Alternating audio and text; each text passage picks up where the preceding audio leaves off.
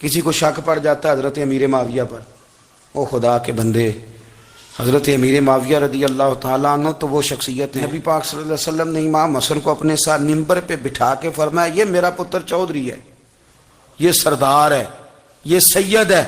حضور کس طرح؟ فرمایا جب مسلمانوں کی دو جماعتیں لڑیں گی تو یہ صلح کرائے گا۔ تو وہ حضرت امیر معاویہ کی جماعت جس کے ساتھ حضرت امام حسن صلح کرے، تجھے کیوں نہیں قبول؟ بلا وجہ الجھتے ہو؟ بلا کہتے تھی وہ یزید کے ابا جی تھے، تو نوح علیہ السلام کا بیٹا بھی تو کافر تھا نا، تو کافر کا باپ ہونے کا معنی یہ ہے کہ آپ الزام لگا دیں گے؟ عجیب آپ بات کرتے ہیں۔ قیامت میں کوئی کسی کا بوجھ، قرآن نے فیصلہ کر دیا ہے، کوئی کسی کا بوجھ، یزید اپنے معاملات کی جواب دے گا، اس کے گھر والے اس کی باتوں کا جواب، اور جو یہ کہتے ہیں نا کہ ان کے والد معاذ اللہ ٹھیک نہیں تھے، وہ یہ بھی لکھتے ہیں کہ یزید کا پتر بڑا ٹھیک تھا۔ یزید کے بیٹا ہے جس کا نام معاویہ بن یزید ہے، یزید کے بعد لوگوں نے تخت پہ بٹھایا، 40 دن اس نے حکومت کی، اور لوگوں سے کہنے لگا کہ میں اس کرسی کے قابل ہوں، نہ میرا باپ قابل تھا۔ یزید کا پتر فرمایا نہ میں اس قابل ہوں، نہ میرا ابا قابل تھا، میں اس کرسی پہ کیسے بیٹھوں جس کے پایوں میں محبوب کی اولاد کا خون ہو؟ تلاش کر لو کوئی اپنا امیر، 40 دن کے اندر بندہ تلاش کر لو، میں اس قابل نہیں۔ تم یہ تو لکھتے ہو اس کے بیٹے کے بارے میں، یہ کیوں نہیں مانتے کہ حضرت امیر معاویہ کے ساتھ امام حسن نے صلح کی؟ آپ بات کو سمجھیں۔ اور کچھ اتنے بیوقوف ہیں، اتنے نادان ہیں، ان کو کوئی اور بات نہیں ملتی تو کہتے ہیں امام حسین کو آنا نہیں چاہیے تھا، حکومت بن گئی تھی، یزید بیٹھ گیا تھا، معاذ اللہ۔ پتہ ہے حضرت عبداللہ بن زبیر کیا فرماتے تھے؟ فرماتے تھے ہم تو یزید کے خلاف اس وقت نکلے کہ ہمیں یقین ہو، یہ اس بندے کی بات بتا رہا ہوں جسے گٹی میرے نبی پاک نے لواب دہن سے عطا فرمائی، لواب دہن سے گٹی دی رسول کریم۔ حضرت ابوبکر صدیق کے سے حضرت زبیر بن عوام جو حضور کی پھپھی کے بیٹے ہیں، ان کے بیٹے حضرت عبداللہ بن زبیر کہتے ہیں ہم تو یزید کے خلاف اس وقت نکلے کہ ہمیں ڈر تھا اگر اب بھی نہ نکلے تو آسمان سے پتھر برسیں گے، کہیں ہمیں سزا نہ ملی، اتنا بڑا مجرم، اور تم کہتے ہو امام حسین کو نکلنا نہیں چاہیے۔ تو خرابی ہوتی ہے میرے عزیز، خرابی ہوتی۔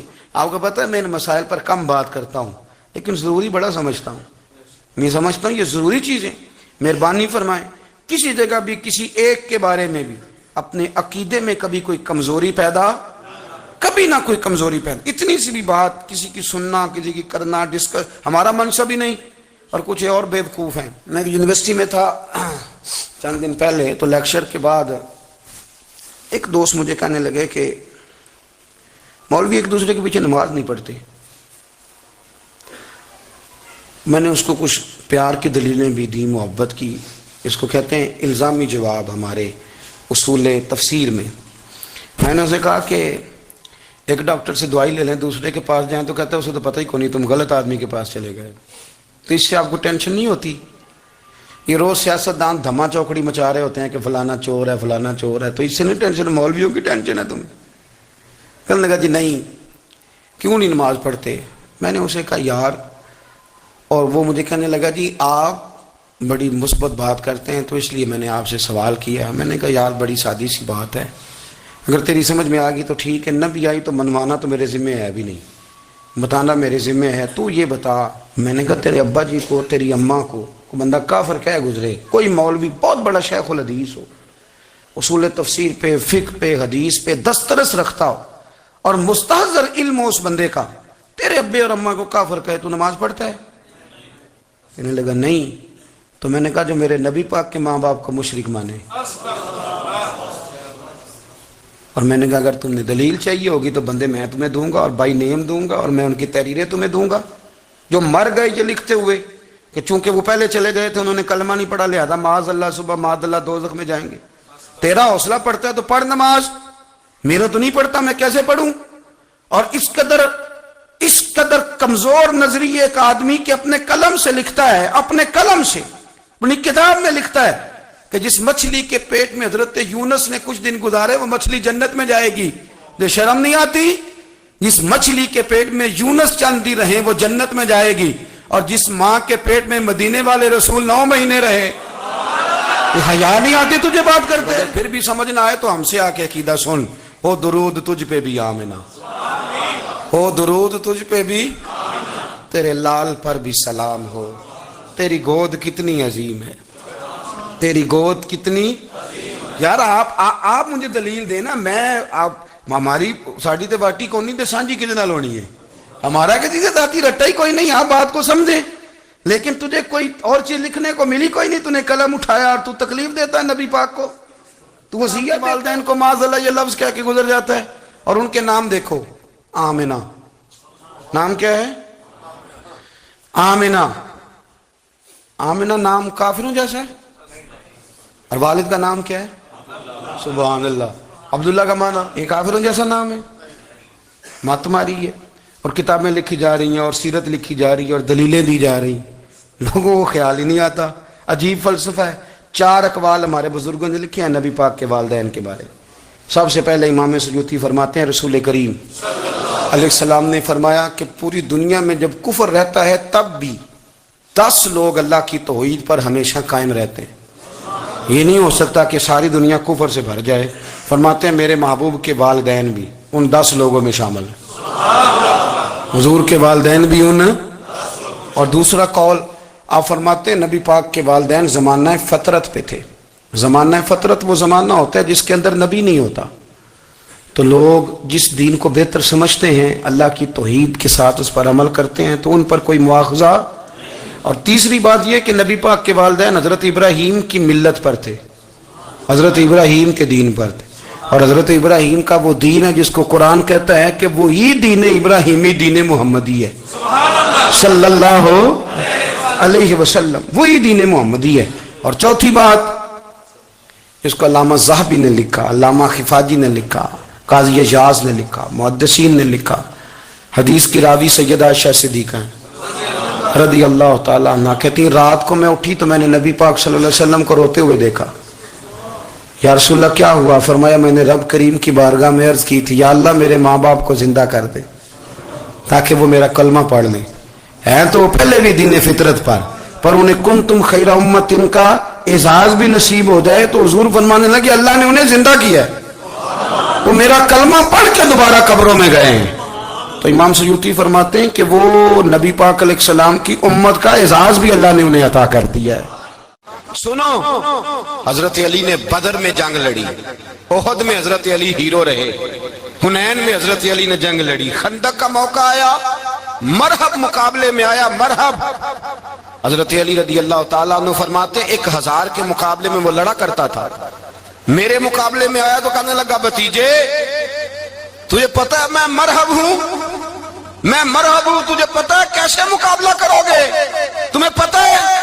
حضرت علی کہنے لگے مجھے تیرا نہیں پتا, مجھے تو اپنا پتا ہے. کہا آپ کون ہے؟ فرمانے لگے انا اسد اللہ و رسولہ, مجھے پتا ہے کہ میں خدا کا بھی شیر ہوں محمد مصطفیٰ کا بھی شیر ہوں. تم مقابلے میں تو آ, میدان لگے گا تو پتہ چلے گا. جب میدان لگا تو حضرت علی نے 1 ضرب لگائی تلوار کی, زیادہ نہیں, 1 ضرب لگائی. 1 ضرب لگائی تو کہتے ہیں اس کا سر بھی کاٹا, گردن بھی کاٹی, وجود بھی کاٹا, اور اتنی زور سے تلوار ماری کہ اس کے گھوڑے کے بھی 2 ٹکڑے ہو گئے. حضور نے کیا فرمایا؟ فرمایا ضربۃ علی فی یوم الخندق افضل من عبادت الثقلین. نبی پاک نے فرمایا علی کی تلوار کا 1 وار خندق کے میدان میں, 1 وار علی کی تلوار کا, فرمایا 2 جہاں میں اگر سارے لوگ نفل عبادتیں کرے تو علی کو اللہ پھر بھی زیادہ درجہ عطا فرمائے گا. ساری دنیا کی عبادتوں سے زیادہ درجہ لے گیا 1 تلوار چلا کے, 1 تلوار چلا کے. اور جب خیبر کا دن آیا کئی دفعہ صحابہ کہے فتح نہیں ہوئی, میرے رسول نے فرمایا سویرے میں جھنڈا دوں گا اور جس کو دوں گا اسے اللہ فتح دے گا. حضرت سیدنا ابو ہریرہ کہتے ہیں میں نے کان میں پوچھا, میں نے کہا حضور وہ کون ہے جس کو آپ جھنڈا دیں گے؟ چلے مجھے کان میں بتا دے وہ کون ہے. تو حضور نے فرمایا اس کا تعارف یہ ہے کہ وہ خدا سے بھی پیار کرتا ہے, محمد مصطفیٰ سے بھی پیار کرتا ہے. حضور کوئی ایک تعارف اور, تو حضور نے فرمایا خدا رسول بھی اس سے بڑا پیار کرتے ہیں. حضرت علی صحابہ کہتے ہیں سارے منتظر رہے. حضرت عمر کہتے ہیں میں سویا ہی نہیں ساری رات کہ میرے ہاتھ جھنڈا آنے والا, سویرے مجھے ملے گی فتح کی نوید اور خوشخبری. فرماتے ہیں میں سویا ہی نہیں. تو حضرت علی سے پوچھا آپ کدھر تھے؟ جناب علی شیر خدا رضی اللہ تعالیٰ عنہ فرماتے ہیں میں تو اپنے کمرے میں سو رہا تھا, میری تو آنکھوں میں تکلیف تھی, میں سویا ہوا تھا، پتہ کیا بنا، کوئی آیا لے کے چلا گیا، کوئی عمر بھر بھی نہ پا سکا۔ میرے مولا تجھ سے گلا نہیں، یہ تو اپنا اپنا نصیب۔ حضور سید عالم صلی اللہ علیہ وسلم نے فرمایا این علی ابن ابی طالب، علی ابن ابی طالب کو بلاؤ۔ حضرت علی رضی اللہ تعالیٰ عنہ آئے تو آنکھوں کے اوپر ہاتھ رکھے ہوئے کہ یا رسول اللہ میری آنکھوں میں درد ہے۔ فرمایا ہاتھ پیچھے کر، اللہ نے تیرے ہاتھ پہ فتح لکھ دی ہے، پیچھے کر ہاتھ۔ حضرت علی کہتے ہیں حضور نے لعاب دہن لگایا میری آنکھوں پہ، مجھے پہلے سے بھی زیادہ بہتر نظر آنا شروع ہو گیا۔ حضرت علی شیر خدا، ایک ہاتھ میں تلوار، ایک ہاتھ میں 40 گز اونچا تھا خیبر کا دروازہ، 40 گز چوڑا تھا۔ حضرت علی شیر خدا کہتے ہیں میں اللہ اکبر کے نعرے لگاتا میدان میں گیا، اللہ اکبر کے نعرے۔ میں رسول اللہ کا بھیجا گیا تو میں شان سے گیا کہ میں نے سیدھے ہاتھ میں تلوار تھی، الٹے ہاتھ سے پکڑ کے میں نے 2-3 دفعہ دروازے کو ہلایا اور اللہ اکبر کہہ کے جب میں نے پھینکا تو 40 گز دور جا کے گرا۔ 40۔ حضرت علی نے نا کوفے میں دعوت کی لوگوں کی، جب آپ امیر المومنین تھے، دعوت کی، سب لوگ آئے۔ ایک نوجوان آیا جس نے شورا سنا تھا پر حضرت علی کو دیکھا نہیں تھا، اور حضور نے فرمایا نظر الی وجہ علی عبادہ، میرے علی کا چہرہ دیکھنا بھی عبادت ہے۔ تو ایک صحابی نے کہا حضور جو نہ دیکھ سکے، فرمایا ذکر علی عبادہ، ان کے لیے علی کا ذکر کرنا عبادت ہے، علی کا تذکرہ کرنا بھی ان کے لیے عبادت۔ حضرت علی کو دیکھا نہیں تھا۔ جوان کہتا جب میں آیا نا، میں نے لوگوں سے پوچھا وہ بوڑھے مولا علی کدھر ہے جنہوں نے خیبر کا دروازہ توڑا تھا، بڑی شہرت ہے، کدھر ہے؟ کہتے ہیں حضرت علی صاحب نے بیٹھے تھے، مجھے کسی نے کہا وہ بیٹھے ہوئے۔ میں گیا تو حضرت علی اخروٹ کھا رہے تھے، تو پورا زور لگا رہے ہیں تو اخروٹ کوئی نہیں ٹوٹتا، پورا زور 2-3 دفعہ، کبھی اس دانت میں کبھی اس دانت میں، ٹوٹتا ہی نہیں۔ کہتے میں ہنسنے لگا تو حضرت علی نے مجھے پاس بلایا، کہا بیٹے ادھر آ۔ تو میں گیا تو کہنے لگے کیا سوچ رہا ہے؟ کہتے میں ڈر گیا۔ میں نے کہا حضور کچھ بھی نہیں۔ لگے نہیں نہیں جو سوچ رہا تھا تو بتا۔ میں نے کہا نہیں کچھ نہیں۔ فرمانے لگے میں بتاؤں تو کیا سوچ رہا تھا؟ بتاؤں؟ کہ حضور بتائیے۔ آپ فرمانے لگے تو سوچ رہا تھا بابے سے اخروٹ تو ٹوٹتا نہیں، خیبر کیسے توڑ دیا تھا؟ تو سوچ رہا تھا کہ اس سے اخروٹ تو ٹوٹتا نہیں تو خیبر کیسے توڑا تھا؟ فرماتے ہیں میں نے کہا میں یہی سوچ رہا تھا۔ یہ جب عرض کیا نا تو فرماتے ہیں شیر خدا کا رنگ ہی بدل گیا، پہلے مسکرا رہے تھے پھر انداز بدل گیا۔ انہوں نے اپنے منہ سے وہ جو خروٹ لگا تھا جھاڑا، ہاتھ یوں جھاڑے، امامہ سیدھا کیا اور فرماتے ہیں شیر خدا بن کے بیٹھ گئے۔ کہنے لگے بیٹے اخروٹ کو چھوڑ، کوئی خیبر آ تو لا، میں ابھی بھی توڑنے کو تیار ہوں۔ خیبر کوئی ہے تو لا، میں ابھی بھی توڑنے کو۔ دیواریں ہلتی رہتی ہیں اور در کانپ جاتا ہے، علی کا نام سن کے اب بھی خیبر کانپ جاتا ہے، اور میں تو اس کو چھوڑ اخروٹ کو تو لا۔ کہتے ہیں میں نے کیفیت دیکھی تو حضرت علی کا تو رنگ ہی بدل گیا۔ میں نے کہا واقعہ یہ توڑ ڈالیں گے، یہ خیبر آج بھی یہ توڑ ڈالیں گے، کیفیت ہی بدل گئی۔ فرماتے ہیں شیر خدا مسکرائے، آنے لگے بیٹا ڈرنا، مسئلہ سمجھ۔ کہا حضور کیا ہے؟ آپ فرمانے لگے اخروٹ میں جسم کی قوت سے توڑ رہا ہوں اور خیبر میں نے اپنے ایمان کی قوت سے توڑا تھا۔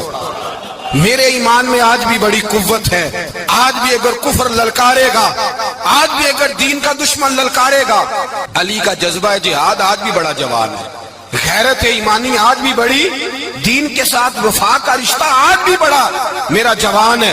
تو بتا کو خیبر توڑنا ہے تو حضرت علی شیر خدا، ہر جگہ قربانی حضرت علی کی۔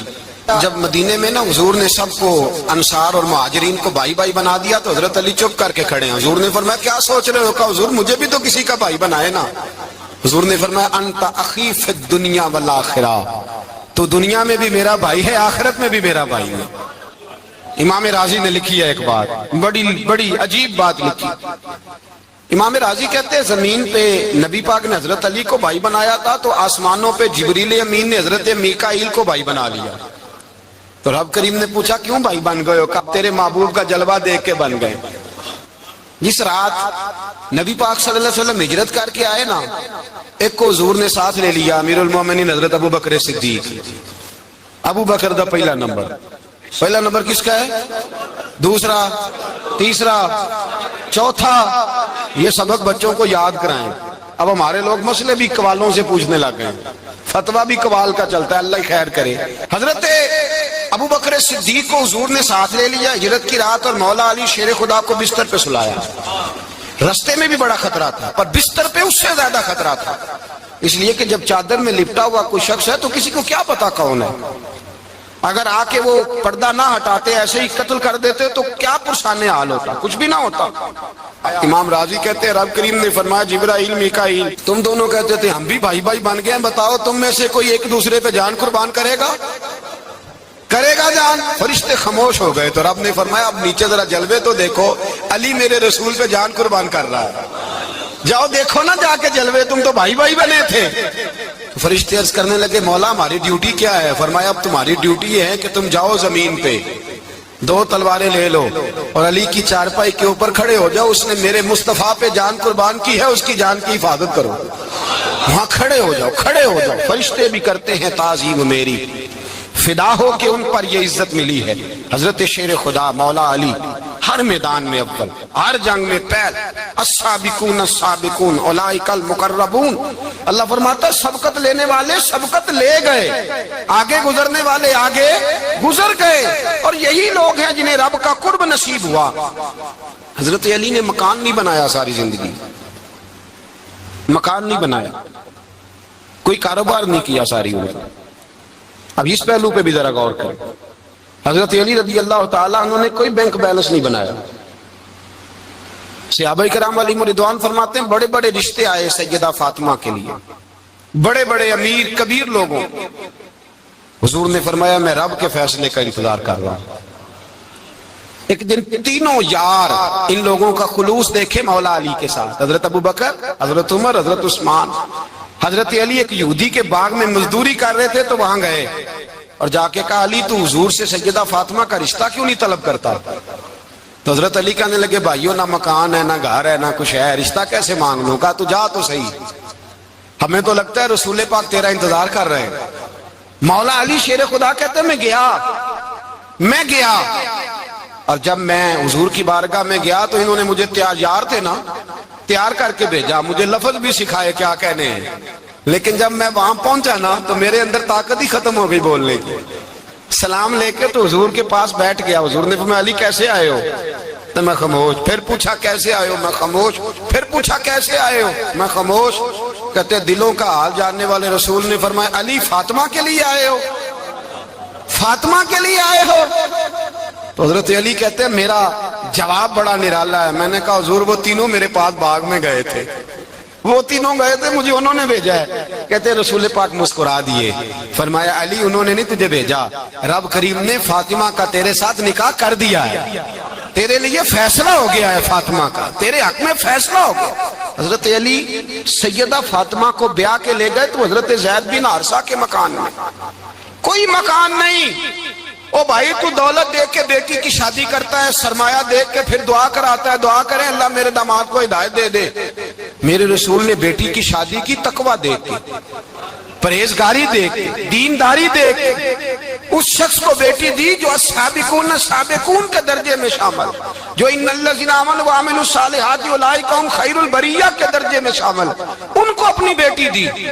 حضرت علی شیر خدا رضی اللہ تعالیٰ عنہ فرماتے کہ سیدہ فاطمہ الزہرا کو میں بیاہ کے لایا، سارے گھر کے کام حضرت فاطمہ نے کیے، میں مزدوری کرتا 2 گھنٹہ یا 1.5 گھنٹہ، زور سے عصر کے درمیان کام کرتے، 2 کلو کھجوریں ملی تو مولا علی نے اٹھا کے اپنی کمر پہ رکھی، باغ کا مالک کہنے لگا علی تھوڑا کام اور کر لو، فرمایا 2 کلو ہو گئیاں بڑی ہیں، 1 کلو میرے بچے کھائیں گے، 1 کلو مدینے کے غریب بچے کھائیں گے۔ تو کہا علی کل کیا کرو گے؟ فرمایا کل جو رب زندگی دے گا وہ روزی بھی دے گا۔ تو بندہ مشورہ دینے لگا، مشورہ بھی ہوتا ہے نا قریب سے، مشوروں والے بھی بڑی خرابی کرتے ہیں اللہ ماشاءاللہ۔ کہا علی جائز پیسے تو کٹھے کر لینے چاہیے، کیا حرج ہے؟ جائز کٹھے کر لیں۔ تو شیر خدا نے ایک جملہ کہا پر شیروں جیسا کہہ دیا۔ حضرت علی فرمانے لگے مال حرام ہو تو عذاب ہوتا ہے، حلال ہو تو حساب ہوتا ہے، لہذا نہ میں عذاب والا کام کرتا ہوں نہ حساب والا کام کرتا ہوں، میں کٹھے ہی نہیں کرتا، نہ بندہ عذاب کے چکر میں پڑے نہ عذاب کے چکر میں پڑے، میں اس رستے جاتا ہی نہیں۔ مولا کائنات شیر خدا۔ اور بھائی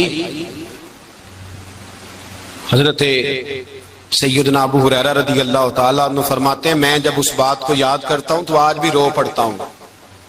کون سی بات؟ فرمانے لگے میں کوفے کے بازار سے گزر رہا تھا تو مولا علی شیر خدا کوفے کے چوک میں کھڑے تھے اور ہاتھ میں زرہ پکڑی ہوئی تھی، وہ والی زرہ جو بدر میں بھی ان کے پاس تھی، وہ والی زرہ جو احد، حنین، خندق اور خیبر میں بھی ان کے پاس تھی. زرہ پکڑی حضرت علی نے اور شیر خدا کہہ رہے ہیں بھائیو میری زرہ خرید لو. میری زرہ، امیر المومنین ہے اس وقت، امیر وقت ہیں، بادشاہ ہیں، کوفے کے بازار میں، او بھائی میری زرہ خرید لو. یہ بڑی نسبت والی ہے، بدر، احد، حنین میں میرے ساتھ رہی. اور شیر خدا فرماتے کیا ہیں؟ فرماتے ہیں جب علی نے یہ لفظ کہے تو میری چیخیں نکل گئی. حضرت علی فرمانے لگے اگر میرے پاس نیا تامد خریدنے کے پیسے ہوتے تو میں اسے کبھی نہ بیچتا، نیا تامد خریدنے کے پیسے ہوتے تو میں کبھی نہ بیچتا. حضرت علی رضی اللہ تعالیٰ عنہ نے وہ زندگی گزاری، با پردہ، پرہیزگاری، درویشی، سادگی، ساری زندگی کسی کا شکوہ نہیں کیا مولا علی. مولا علی شیر خدا فرماتے ہیں، امام سخاوی نے القول البدیع میں لکھا ہے، فرماتے ہیں کہ حضرت عمر کا زمانہ مبارکہ تھا، میرا بڑا ہی دل کر رہا تھا سرکار کی زیارت کر. حضور کے وصال کو کافی سال بیت گئے، دل بڑا پریشان تھا. میں درود شریف پڑھتا پڑھتا سو گیا. میں نے خواب دیکھی کہ اللہ کے محبوب فجر کی جماعت کرا رہے ہیں. شیر ہویا میں نے ترلے لئی دیاں کدی موڑ میرے ول واگاں، جے خواب میری وچ ایک بار جیامے میں ساری عمر نہ جاگاں. کہتے ہیں حضور نماز پڑھا رہے تھے فجر کی، 2 سورتیں سرکار نے پڑھی پر بڑا ہی مزہ آیا، بڑا ہی مزہ. کہتے ہیں نماز مکمل کر کے نا تو سرکار نے صحابہ کی طرف رخ نور کیا تو ایک صحابی کھجوروں کا ٹوکرا لے کے آئے. یا رسول اللہ تازی کھجوریں پکیاں قبول کریں. حضور نے ایک کھجور اٹھائی، صاف کی، کھائی، باقی ایک ایک صحابہ کو بانٹی. حضرت علی کہتے ہیں 15-16 صحابہ کے بعد میرا بھی نمبر لگا.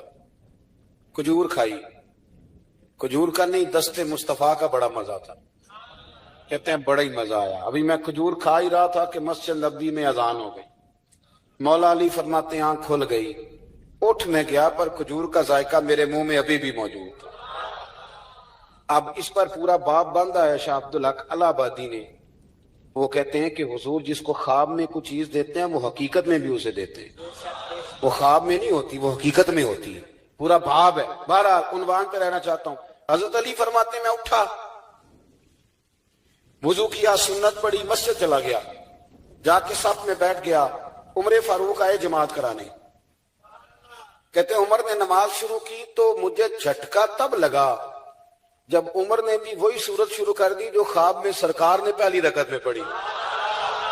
میں سمجھا اتفاق ہے، لیکن کہتے ہیں دوسرا جھٹکا جب لگا جب دوسری رکعت میں حضرت عمر نے وہ سورت پڑھی جو حضور نے خواب میں دوسری رکعت میں پڑھی. کہتے ہیں میں اب بڑا پریشان ہوں کہ یہ بات کدھر کی کدھر جا رہی ہے. مولا علی شیر خدا فرماتے ہیں نماز مکمل ہوئی تو کھجوروں کا ٹوکرا بھی آ گیا. فرماتے ہیں اب تو میری حیرت کی حد نہ رہی. حضرت عمر نے کھجور اٹھائی، صاف کی، کھائی، دوسرے صحابی کو، تیسرے کو، چوتھے کو، 15-16 صحابہ کو ملی، مجھے بھی دی. کہتے ہیں کھجور کھائی، مزہ بڑا آیا. حضور سے تو دوسری مانگنے کو دل کرتا تھا پر مانگی نہیں تھی، ادب تھا. عمر سے تو یارانہ تھا نا اپنا. ان کا رشک دیکھیں، آپس میں رشک دیکھیں، حسد نہیں رشک. فرماتے ہیں یارانہ تھا نا. تو میں نے عمر سے کہا یار ذرا ایک کھجور اور دینا نا ذرا ایک کھجور. تو کہتے ہیں جناب عمر فاروق نے کھجور اٹھائی، صاف بھی کی، میں سمجھا ملنے لگی ہے، اٹھائی بھی، صاف بھی کی، اور دوسرے صحابی کی طرف ہاتھ بڑھایا، میری طرف دیکھ کے ہلکا سا مسکرائے. فرمانے لگے علی ایسے نہ کر، اگر رات کو نبی پاک سے دوسری لیتا تو میں بھی سویرے تجھے دوسری دے دوں. حضور سے دوسری لی نہیں، نبی پاک سے دوسری مانگی نہیں تو میں کیسے دے دوں. خواب میری وچ آیا سی ماہی تو میں او دے گل وچ پا لیاں باواں، ڈر دی ماری اکھ بھی نہ کھولا. ڈر دی ماری، میں ڈر دی ماری اکھ، کیونکہ آئی یہ رات وصال دیوالی. ربا اے رات مکن نہ دیویں، اے رات مکن نہ دیویں. ڈر دی ماری میں اکھ بھی نہ کھولاں، کتے پھر بچھڑ نہ جاواں. میرے رسول پاک کے غلام رشک کرتے تھے، رشک. حضرت علی کہتے ہیں میں رویا تو عمر بھی رو پڑے. کہنے لگے علی جو رات تجھے نواز کے گئے وہ میرے اوپر بھی کرم فرما کے گئے. رشک کریں زندگی، خدا را چھوڑ دیں حسد کرنا. حضرت عمر جب نعرہ لگاتے نا تو کیسر و کسرا کانپتے. سفیر آتے روم کے ملنے کے لیے تو کہتے جاؤ عمر نفل پڑھ رہے ہیں، ٹائم کوئی نہیں.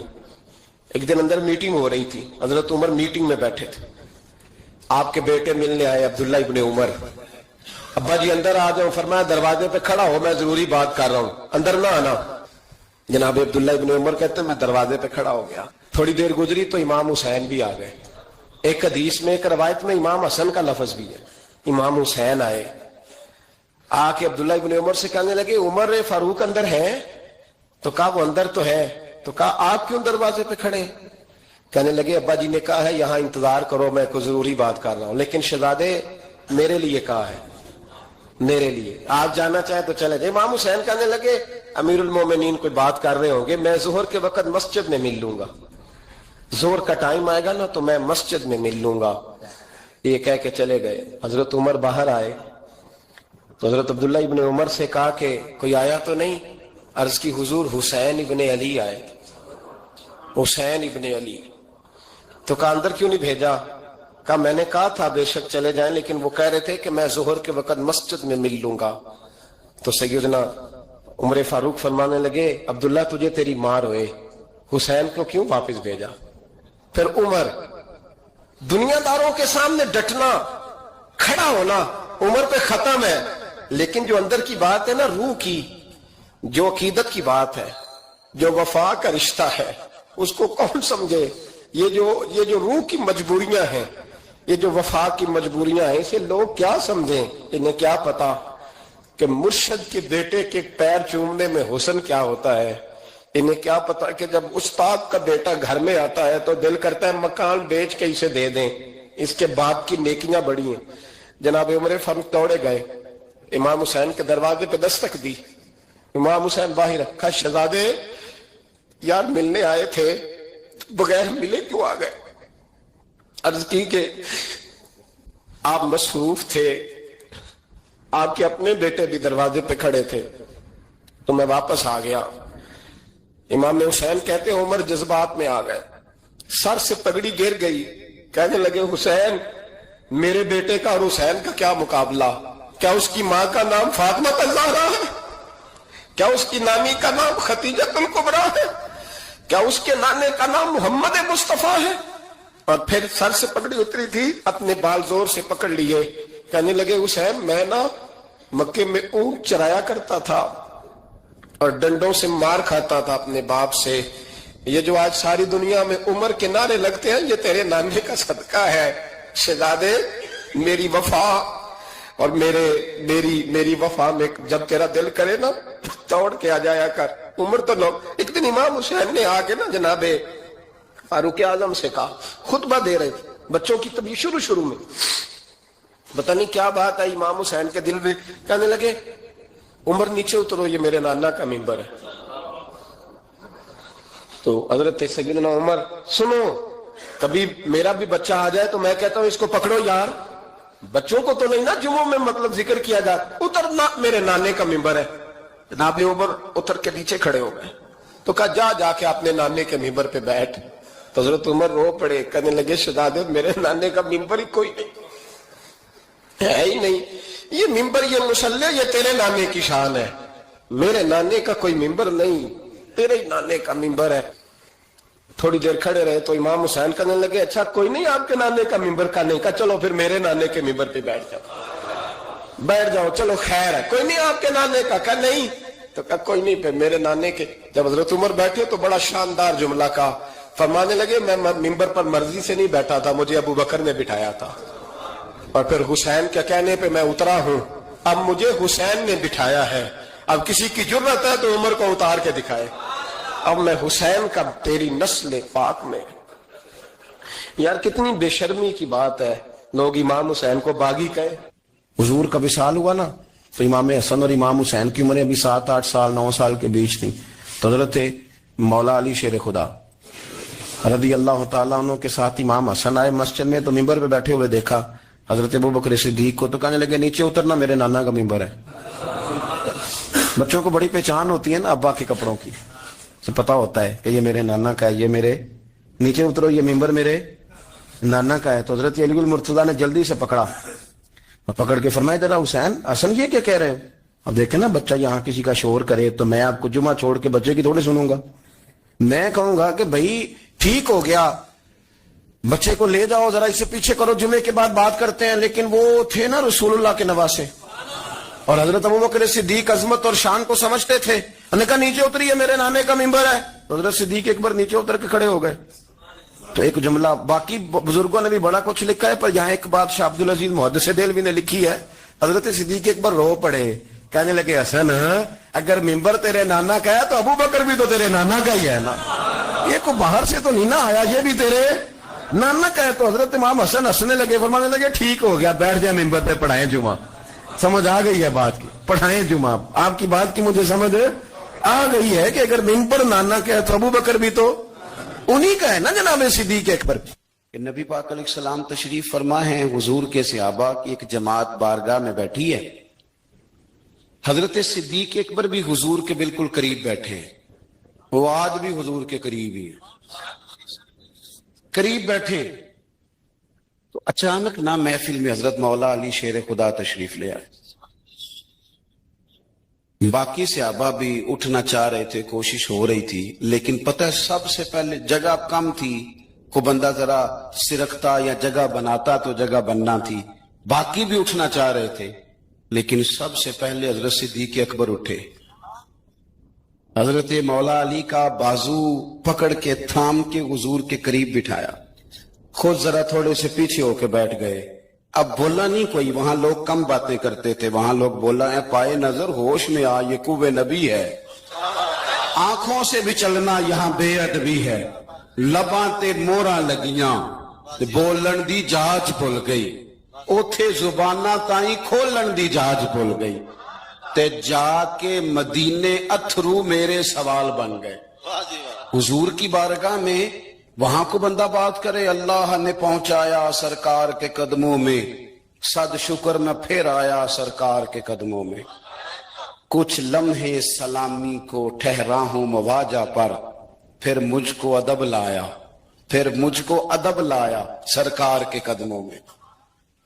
تو حضرت کوئی کسی نے گفتگو نہیں کی, حضرت صدیق اکبر نے بازو تھاما اور لا کر کے نا حضرت مولا علی کو حضور کے قریب بٹھایا اور خود سائیڈ پہ جا کے بیٹھ گئے. کوئی بولا نہیں, بات نہیں کی. تب ہم تو باتیں زیادہ کرتے ہیں نا, جا کے سائیڈ پہ بیٹھ گئے. اور کسی نے کیا تبصرہ کرنا تھا, نہ کسی کی جرت تھی, نہ کوئی کرنا چاہتا تھا, نہ کر سکتا تھا. تھوڑی دیر خاموشی رہی, پھر میرے کریم بولے اور حضور بول کے فرمانے لگے, دیکھا تم نے ابو بکر نے کیا کیا ہے. اور پھر حضور فرمانے لگے, عزت والا ہی کسی کی عزت کو پہچان سکتا ہے, فضل والے ہی اہل فضل کو پہچانا کرتے ہیں. میں ذمہ داری سے کہتا ہوں کہ مولا علی کی شان کو اگر سمجھ سکتے ہیں تو ابو بکر صدیق سمجھ سکتے ہیں, اور حضرت صدیق اکبر کا مقام اگر کوئی جان سکتا ہے تو مولا علی ہی جان سکتے ہیں. آج ہم ذکر کر رہے ہیں نا امام حسین کا, امام حسین رضی اللہ تعالیٰ عنہ, میرے جیسے بندے کی تو زبان نہیں اس قابل نہیں کہ ان کا نام لے سکے. کہاں سیدنا امام حسن اور کہاں سیدنا امام حسین اور کہاں ہم لوگ, ہماری حیثیت ہے. ہم تو یہ تو وہ لوگ ہیں جن کا نام ذریعہ نجات ہے, جن کا تذکرہ ذریعہ نجات ہے. یہ سارے اسی دریائے محبت کی نہریں ہیں جس کو مدینے والے محبوب نے اپنے دستے مبارک سے چلایا ہے. حضرت امام حسین رضی اللہ تعالیٰ عنہ یہ حضور کی اولاد پاک ہیں. پیروں کو نا تھوڑی مٹی لگ گئی, عمر جوانی کی تھی, داڑھی مبارک ساری سیاہ تھی, کالی تھی. حضرت ابو ہریرہ ان سے سالوں بڑے تھے, امیر المومنین فی الحدیث. حضرت ابو ہریرہ نے دیکھا کہ امام حسین کے مقدس قدموں کو مٹی لگ گئی. کسی سے بھی کہا جا سکتا تھا ذرا امام صاحب کی توجہ کرانا, یہ ذرا مٹی اتار دینا, لیکن حضرت ابو ہریرہ جھٹ سے اٹھے, اپنی پگڑی کھولی, اس کا پلو لیا اور حضرت امام حسین کے پیروں سے مٹی صاف کرنی شروع کر دی. کیوں کہ اہل فضل ہی کسی کی فضیلت کو جان سکتا.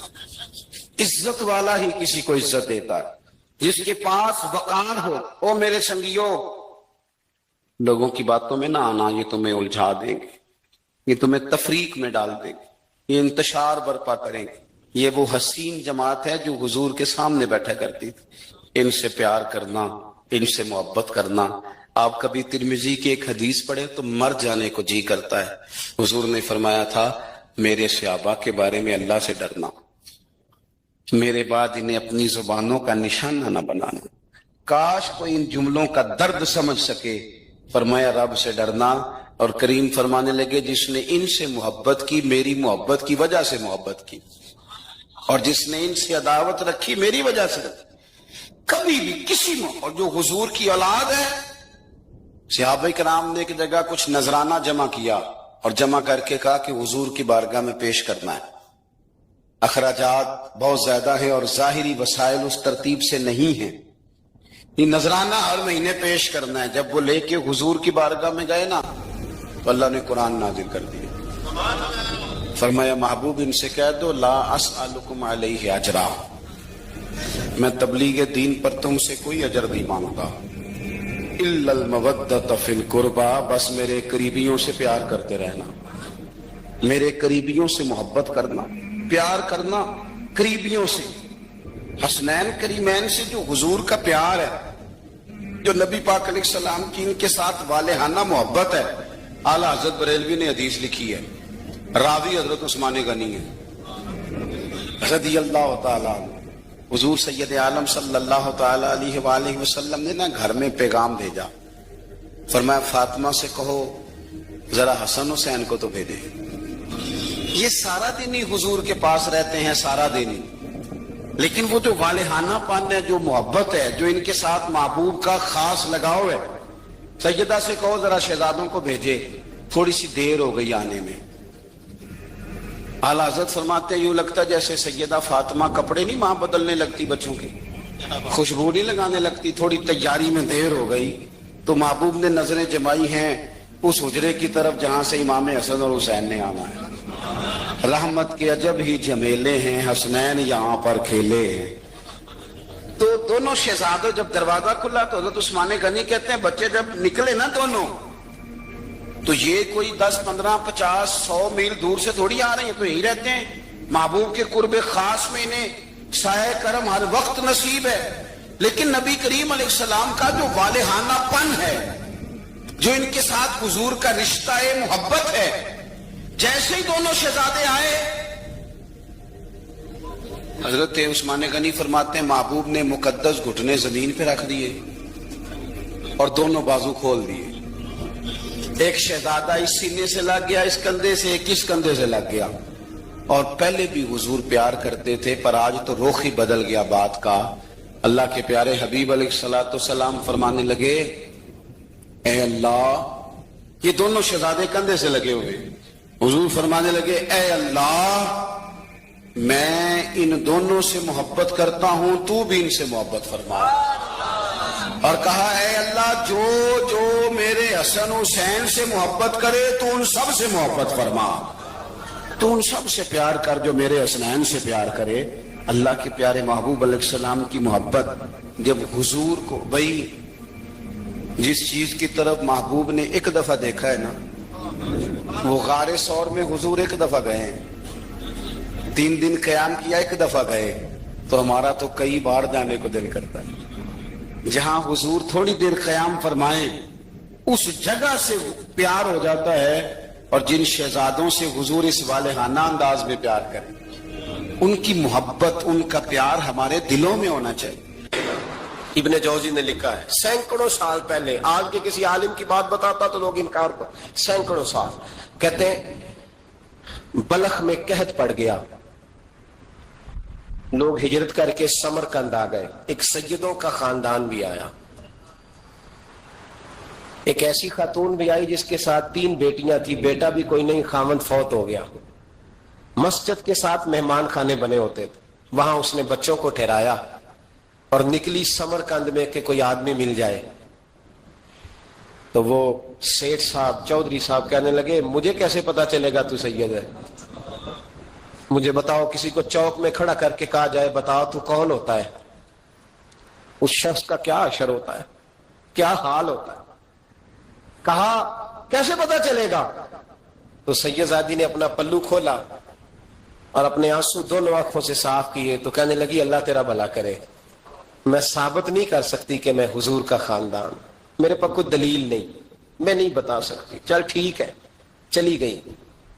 کسی نے بتایا کہ یہاں ایک یہودی بھی رہتا ہے، وہ بڑا سخی ہے، یا آتش پرست ہے، یا پارسی ہے کافر غیر، سخی بڑا ہے۔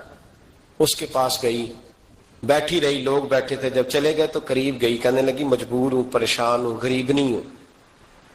کہنے لگا بی بی تجھے کبھی دیکھا نہیں، سمرقند کی اتنی آبادی نہیں، میں سارے شہر، تو کون ہے؟ تو کہنے لگی تعارف نہ ہی پوچھے تو اچھا ہے۔ اس نے کہا چلو اگر پتہ چل جائے تو۔ کہنے لگی میں مسلمانوں کے نبی کی اولاد ہوں۔ مسلمانوں، اس نے کہا پیغمبر خدا کی اولاد؟ اٹھ کے کھڑا ہو گیا، بی بی کو ساتھ لیا، گھر گیا، کہنے لگا جو صاف ستھرا کمرہ ہے نا اسے پھر دھو ڈالو، ایک دفعہ پھر دھو ڈالو۔ کمرہ دھلایا، صاف کرایا، پھر کہنے لگا بی بی میرے برتن زیادہ صاف ستھرے نہیں، میں نئے نہ خرید کے لا دوں۔ پھر نئے برتن لایا، پھر اپنے بچوں سے کہنے لگا اونچا نہ بھولنا، یہ سیدہ فاطمہ کی شہزادیاں آئی ہیں، یہاں کوئی شخص اونچی بات نہ کرے۔ پھر کہنے لگا بی بی جو میرا بالکل طیب اور حلال رزق ہے نا، یہ اس میں سے لنگر ہے، لیکن چونکہ میں غیر مسلم ہوں، مجھے سلیقے نہیں آتے، جیسا تیسا بھی ہو نا اسے قبول کر لینا۔ خاتون کو کہنے لگا یہ گھر ہے، جب تک جی چاہے یہاں رہنا، اور دیکھنا ہو سکے تو رات اپنے نبی سے سفارش کرنا، میرا بھی کوئی مسئلہ، میری بھی کوئی قبولیت کہیں ہو جائے۔ وہ مسلمان کہلانے والا رات کو سویا، کہتے جنت سجی ہوئی ہے، لوگ جنت میں جا رہے ہیں، لائنیں لگی ہوئی ہیں، نبی پاک لوگوں کو جنت میں بھیج رہے ہیں، میں بھی دوڑ کے لائن میں لگ گیا، فرشتے نے میرا بازو پکڑا، کہا پیچھے ہٹ، تو میں دوڑ کے حضور کی بارگاہ میں گیا، میں حضور سارے جنت میں جا رہے ہیں، یہ مجھے نہیں جانے دیتا۔ تو نبی پاک نے فرمایا تو کون ہے؟ کہ یا رسول اللہ میں مسلمان ہوں۔ کہتے ہیں حضور مجھ سے فرمانے لگے کوئی دلیل ہے تیرے پاس؟ دلیل ہے کوئی تیرے پاس؟ میں چپ کر گیا، فرمایا میری بیٹی تیرے دروازے پر آ ہی گئی تھی تو دلیلیں پوچھنے لگ گیا تھا۔ میں جا دوڑ جا، سویرے آنکھ کھلی تو گلیوں میں ڈھونڈتا پھرتا ہے، تلاش کرتا پھرتا ہے، کونے کونے میں جاتا ہے وہ سادات کا گھرانہ کہاں گیا، ڈھونڈتے ڈھونڈتے اس غیر مسلم کے دروازے پہ جا کے پہچان لیا تو کہنے لگا خدا کا واسطہ جو تو نے نوکری کی ہے نا ان کی مجھ سے 11 گنا لے لے، یہ سادات کا گھر مجھے دے دے۔ تو کہنے لگا کل تو آتا تو شاید بات اور ہوتی، آج بات اور ہے۔ اس نے کہا مہربانی کر، کہا نہیں کل تو آتا تو معاملہ اور تھا، آج معاملہ آج اور ہے، رنگ بدل گیا ہے، حالات تبدیل ہو گئے ہیں، اب تو دیکھ تاک کے آیا، جا دوڑ جا۔ کہنے لگا نہیں مہربانی کر، دے دے، تو غیر مسلم میں تیرا کیا تعلق؟ کہنے لگا چپ کر، غیر مسلم میں کل تک تھا، کل سے سجدوں سے پیار کیا ہے تو میرے حالات سنور گئے ہیں، وہ جو نظارے تو نے رات خواب میں دیکھے ہیں میں نے جاگتی آنکھوں سے دیکھے ہیں، میں نے جاگتی آنکھوں سے، اور تو نے کسی مفتی پیر عالم کے ہاتھ پہ کلمہ پڑھا ہے، میں نے رات محمد عربی کے ہاتھ پہ کلمہ پڑھا۔ نبی پاک نے فرمایا علی سے پیار کرنے والا مومن ہے، اور فرمایا بغض علی نفاق، اس کے سینے میں علی کا بغض ہو وہ منافق ہے، وہ منافق ہے۔ جس کو نبی پاک منافق ہے، منافق ہے کہ نہیں؟ ذکر علی عبادہ، النظر الی وجہ علی عبادہ، فرمایا علی کا چہرہ دیکھنا بھی عبادت ہے اور ان کا ذکر کرتے رہنا بھی عبادت ہے۔ اسلام صرف اخلاقیات کا مذہب نہیں، اخلاق، مسلمان کا اخلاق یہ اس کا پھل ہے، یہ اس کا پتے ہیں، پھول ہیں، لیکن نبی پاک کی غلامی، حضور کی محبت، صحابہ اور اہل بیت کا احترام یہ ایمان کی جڑ ہے۔